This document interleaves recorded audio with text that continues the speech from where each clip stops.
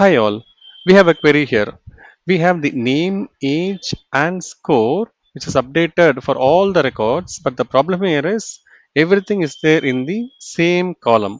If this is a scenario, we have to segregate it into multiple columns or multiple rows. If this is a scenario, we will see what function that we can use in the Office 365.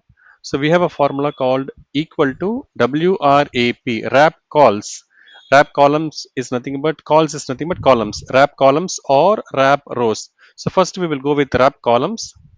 Then it is asking me about the vector. Vector is nothing but the range. So my range here is, yeah. So right from B3 to B26 is my range, comma, how many columns that I have or that I need. I need three columns, name, age and score. So I will put 3 here and close parenthesis, press enter.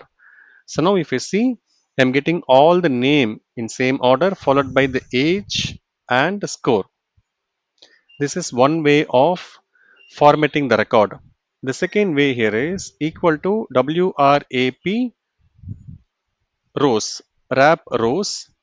The same logic, select the entire range and I need three different elements are here followed by parenthesis and press enter.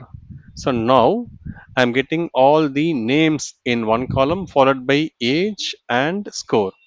So if you're getting this kind of a clumsy data, you can use either wrap columns or wrap rows in order to format it in a detailed way. Thank you.